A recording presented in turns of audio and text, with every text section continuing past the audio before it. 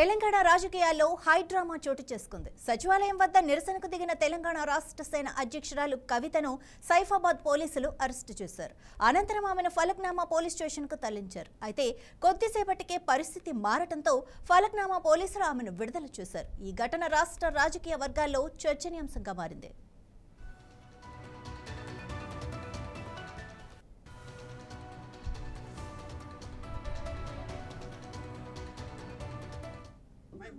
జై తెలంగాణ. ఇవాళ రాష్ట్రంలో అన్ని జిల్లాల్లో కూడా అన్ని జిల్లాల్లో కూడా రైతుల కష్టాలు వర్ణనాతీతంగా ఉన్నాయి. ఈ జిల్లా ఆ జిల్లా అని కాదు, ఏ ఒక్క జిల్లా చూసినా రైతులు ఇవాళ కష్టాల్లో ఉన్నారు, ప్రాణాలు కోల్పోతూ ఉన్నారు.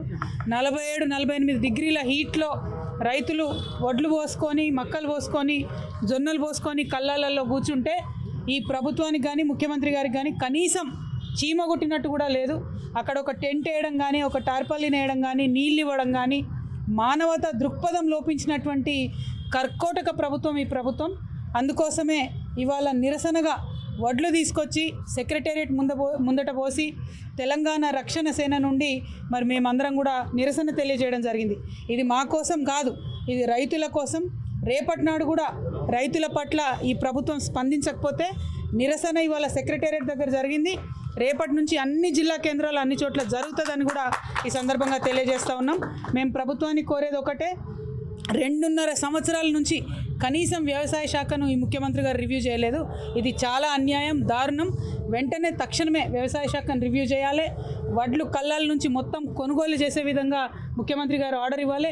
అది ఏ పంట అయినా సరే చివరి గింజ కంట కొనాలని చెప్పి మేము డిమాండ్ చేస్తూ ఉన్నాం. మరి ముఖ్యమంత్రి గారు రైతుల గోస పోసుకోకుండా వారి ప్రాణాలు కాపాడాలి, చనిపోయినటువంటి రైతులకు కాంపన్సేషన్ ఇవ్వాలి. ఏదైతే దళారుల చేతిలో మోసపోతున్నటువంటి రైతులు ఉన్నారో, ఒక పక్క రైస్ మిల్లలో వసూలు చేస్తున్నారు, ఇంకో పక్క కొనుగోలు కేంద్రంలో వసూలు చేస్తున్నారు. అన్ని ఈ మోసాలను అరికట్టాల్సిందిగా డిమాండ్ చేస్తూ ఉన్నాం.